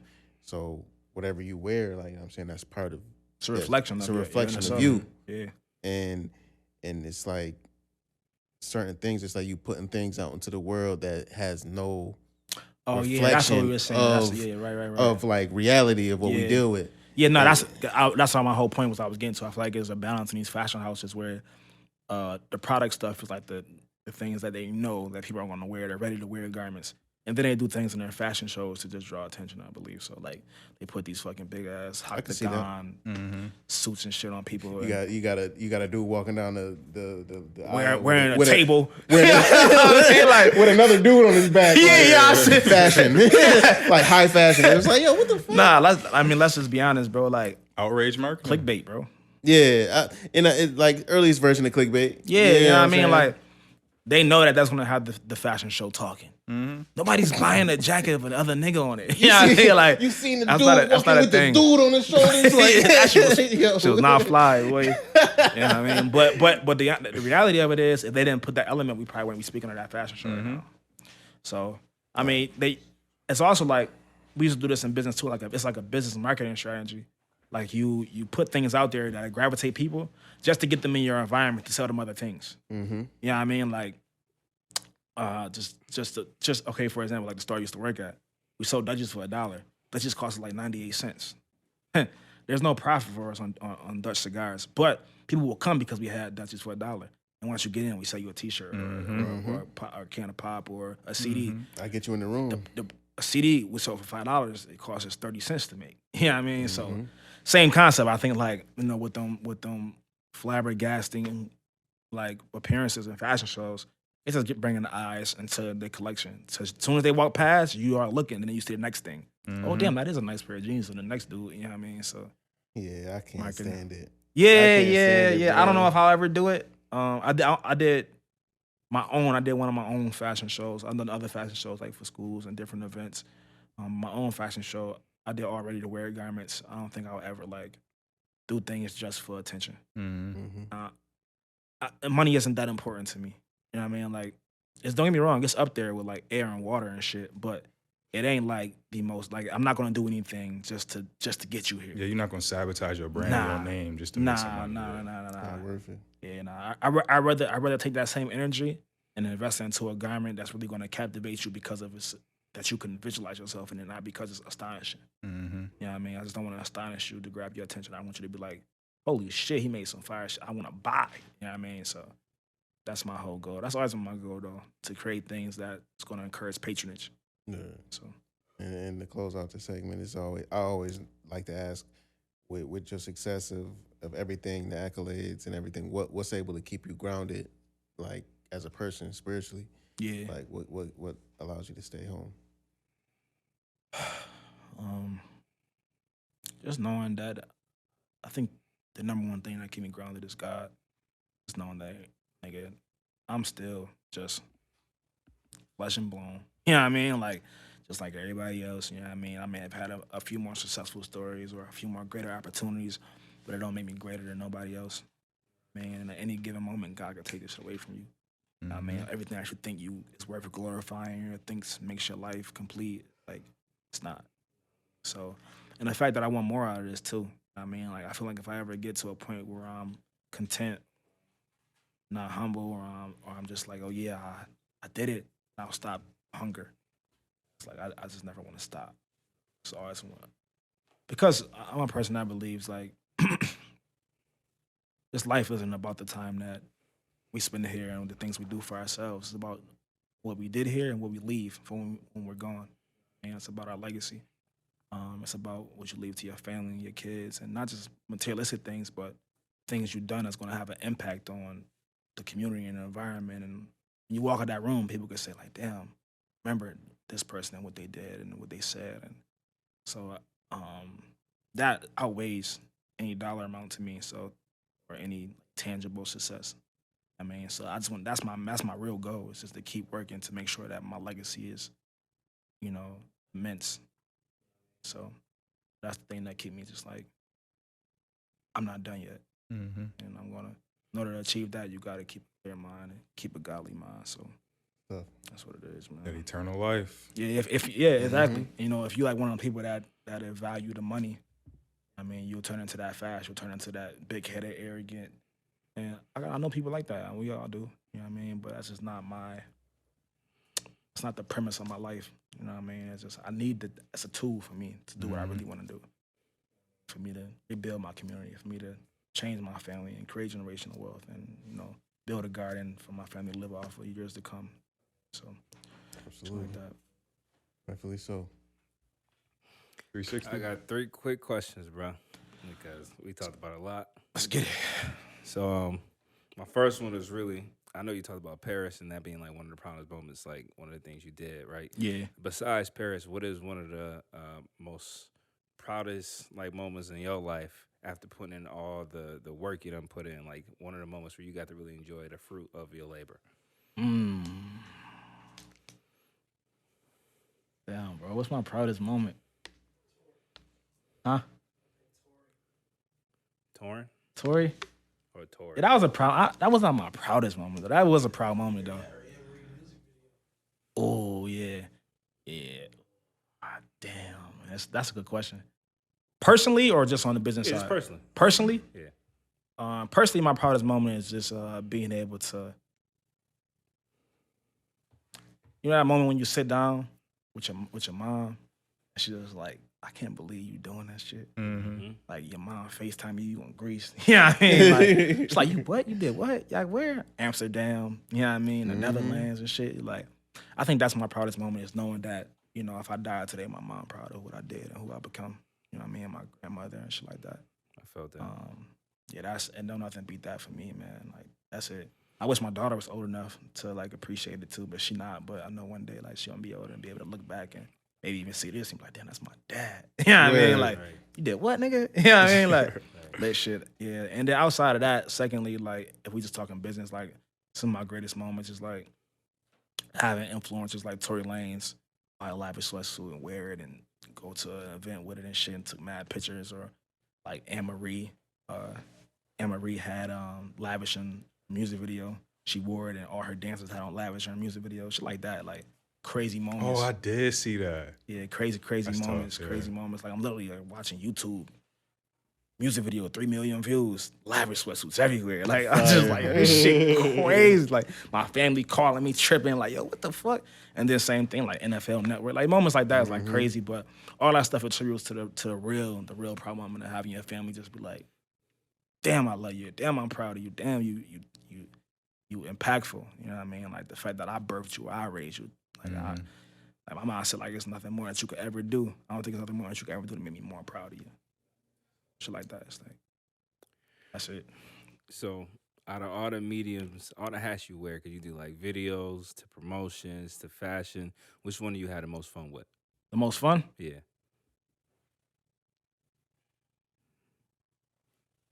I gotta look at my guys, bro. I don't know. What's our most fun shits?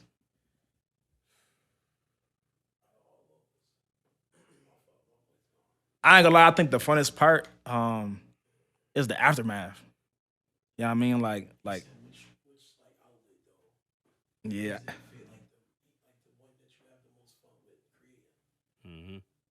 Creating? Mm-hmm.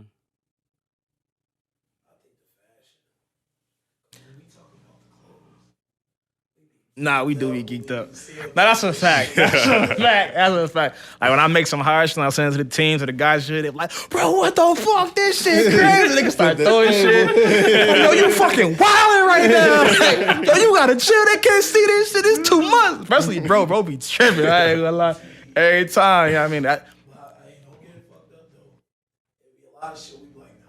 That's how it's supposed to be, though. You gotta keep it real with him. Yeah, it definitely be shit, man. Yeah, it be fun though. That's real. But again, that's like the aftermath. Like designing it be a struggle, but once I finish it and I'm able to present it and see the response, that shit's always fun. But I got a lot of photo shoots is fun too. I love working with the models and like, cause that's always like a intimate situation. You know what I mean? So I'm able just to talk and make them feel good. And as I encourage them to look how you see on the screen. So like when you look and see the garment, see how the model looks, see how everything aesthetically just like this shit tough. Like, nah, I wasn't the one putting that air into her, that breath into her. They'd be like, nah, do this, do that, feel this, here, take this shot. You know what I mean? Like, any of my models tell you, like, when they come to the spot, you want tequila? It's about to go up in here. You know what I mean? Like, so yeah, it's the photo shoots is always fun, for sure. My last question is, because you was talking about that place you come from, like, you know, the bottom, east side, whatever. You don't gotta go super deep into it, but like, who really helped you install like a belief in God? Like, could you mention that a few times? Oh yeah, my grandmother. Ever since I was a kid, like, to be honest, like, damn, I hope y'all put this in here because I want to show her this because she's not gonna see it no other way.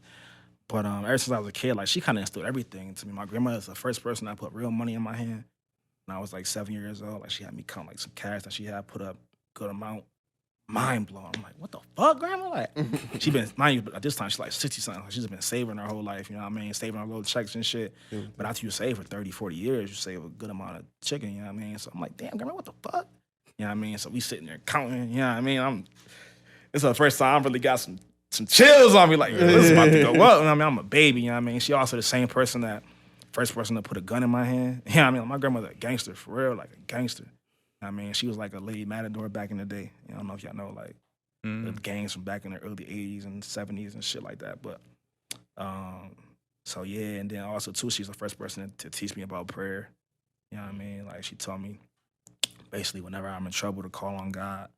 You know what I mean? And she even gave me, like, certain, like, mother tongue to say and shit like that, and Islamic prayers and shit like that. You know what I mean? So she was the first one to ever put a religious book in my hand. You know what I mean? My dad wasn't around, so, like, and my mom was really just working, trying to make sure I stayed provided for her. So a lot of time, my mom worked 2 jobs. I mean, she worked day and night. She would go to work early in the morning, come home, take a nap, go back to work at night. So we didn't really have, like, the most intimate time, most of that time with my grandma. You know what I mean? So we just watching old gangster movies and reading the Quran and, you know, just talking, doing all these things. You know what I mean? Doing all these things, yeah. So that's my baby for real. Like, And yeah, she the first one that really taught me like, you know, there's something to believe in. So and then That's fine.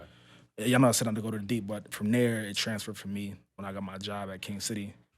The owner was Muslim, you know what I mean, and everybody right there had a religious faith, so I kind of got deeper into it. Then learning things like Ramadan and prayer, and just really elevating my faith and, you know, what I believe in, and just knowing this is superior being out there.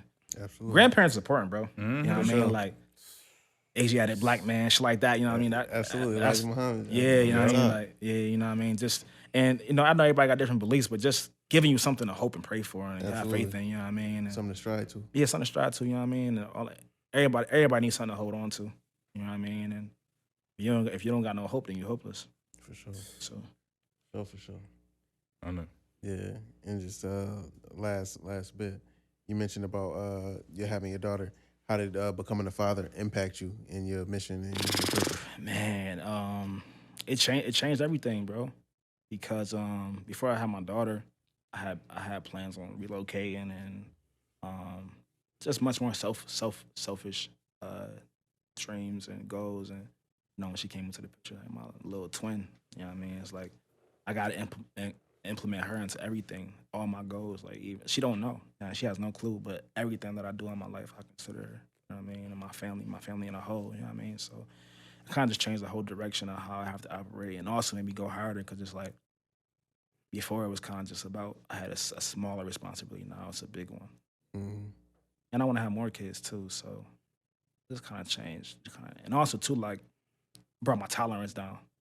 I like people that's not really with me, you know what I mean? Like people that's a liability, people that's, you know what I mean, can get in the way, and just I have a just low tolerance for anything that's bullshit for real. You know, like anything that's not genuine. Because at the end of the day, it's like I can't sacrifice anything I got going on, my goals or my health, because she need me. Mm-hmm. So anything like that, man, is just kind of just turned me up to a whole other level, made me a different man. Things I didn't consider before. I knew I would have some type of thoughts, but when it actually happened, it's like, oh, it's a reality. I gotta settle with this and really just turn on a whole new me. So, shout out to my daughter. Absolutely. Got anything else now? Nah, man, we had a good talk. Nah, this is a good one for sure. This is Yeah, you definitely fucking with solid. it? Yeah, man. This is Well-rounded conversation, all Absolutely. aspects. Yeah. Again, that's my, like I said, it's my first like sit down podcast. Contrary to what it may seem, I don't really like being on camera. I actually like. I talk to my friends about it all the time. They tell me like, bro, you gotta do reels, bro. You gotta. Bro, I can't. Me and my friends be cracking up. Like, no, I'm not knocking people that do it, but like, you know how like got like them real niggas just make crazy reels, like when you gotta go to Target and set the camera up like Yeah. But we be dying, like, cause you know niggas is like clowning that now, so they making reels of them niggas that be really going hard with the content. More power to them, but it's just funny, bro. I just not a camera nigga, bro. I much rather just be out the way, behind the scenes, just working. For me, bro, I've never been a camera nigga. Yeah. I'm kind of surprised you here doing this. You know what I Bruh, mean? you like since I You came always out, been like bruh, to yourself for real. I've always been like that. Yeah. But this just so happened. You know what I'm saying? Yeah. Like I let God steer the way, and it was I was in a spot where it's like I had information to deliver. I reunited with bruh, and it was just like, yo, pull up. We became radio show. Then it's like, yo, let's do a podcast. Yeah, Bet. that. And it became Nah, what it is. It fits you, bro. It fits Nah, you, I man. appreciate I'm it. glad you chose this for a path, man. It fits you, man. It's a good look for y'all, man, for sure. I much Appreciate appreciate you, it, bro. bro. Yeah, I don't know if I'm ever gonna be a camera nigga. Like I can do it. I can do it, but it's just like I don't enjoy it. Mm-hmm. I don't really like attention either. It'd be hard for me to go outside sometimes. Like my friends will tell you, like, you know, when we go outside, like it'd be like a, you know, like, you know, when people do successful things, like people want to attract themselves to that. And I appreciate the love, I always do, but Absolutely. sometimes I just don't. Cause like people get offended if you don't interact how you want them to. Yeah. It's like every time you go outside, you gotta engage how they want you to, Yeah. or else you a fuck nigga, or you big headed, or you this, you that. And it's just like, bro, I just don't want to talk right now. I want to go home, or I want to just chill. I want to just be with my people, my boys, and my whatever. You know what I mean? Like I don't always want to be your personality. I don't want to offend you, but I just don't want to kick it. You know what I mean? Like I'm still a person at the end of the day. like sometimes I just want to go have a drink. I don't want to talk about what's the next drop or Let's take a picture. Be a person. Oh, I think that was one of my most proudest moments. The first time somebody asked me to take a picture with them. That was crazy. That's when I was like, oh, this shit doing something. When nigga asked you to take a picture, that shit doing something. I went, this like 2020. And this shit was really like, my signature was really like, I just got booked for a hosting downtown. Everybody in the club was wearing my shit. I went to after party. And somebody, like, random dude just came up to me and was like, yo, bro, you lavish. That was like middle of COVID too, so people don't really see people. I mean, like, bro, you lavish? Like, yeah. Bro, I gotta take a picture with you. I gotta take a picture with you. Yo, bro, I'm like, me? shit, I'm like, shit, let's do. You know, I ain't trying to act too like I'm not that nigga too at the same time. So I'm like, yeah, bro. But in my head, I'm like, what the fuck? You know what I mean? Like, yeah, that was crazy. And this happened multiple times since then, you know what I mean? But that was the first time. It was in the club, so I'm like, yo, this is crazy. This is crazy. I took a picture in the club with a random person who just was inspired by what I did. I mean, so that was the moment that was like, oh, I'm important, huh? Yeah, I mean, so. Yeah, that's tough. Yeah, Means something. Means something to the city, for real. Yeah, damn. Then it was this other time. Me and my boy went to the club, and some kid, like, this right after COVID. So we niggas ain't seen each other in like a year and a half, some shit. First time going out, we go to some club, and you know, we just in there chilling, got a section, whatever. And some dude was like in the middle of the crowd, and he looked up, he said, "Oh shit!" My man got it on video too. He said, "Oh shit!" He got his phone out, bro. Got his phone out. I'm like, no, he ain't. Bro got his phone out, flash on. Yo, lavish in the club. This shit crazy. I'm like, yo, ain't no fucking way. Now, like, them moments right there, I would never get used to that, bro. Never in a million years. That shit. Cause like, I just don't. I'm like, damn, bro, what like? Oh, today it was on the Thursday. It wasn't even the weekend. So this was my man right here. That's my dog. He be with me everywhere. Like, I almost feel uncomfortable with Bro not around. I'm like, nah, call bro. You know what I mean? Like, but it was a Thursday. Bro was just tripping. Like, shout out to bro. I can't remember his name, bro. That nigga cool, bro. That was cool shit, bro. That's tough. Yeah, so that shit make you appreciate what you've done. You know what I mean? Also, you get to see your impact come to fruition. Like, damn, I did a garment and I did some shit that made people want to pull their phone out. You know what I mean? Like, or stop and take a picture. Like, man, that shit lit, bro. Absolutely. Proudest moments for sure, man. Oh yeah. Well, we appreciate you coming on, bro. Nah, I appreciate Definitely y'all, a good man. convo. No label. Hey. Facts. Produced by Morrow. Yes, sir.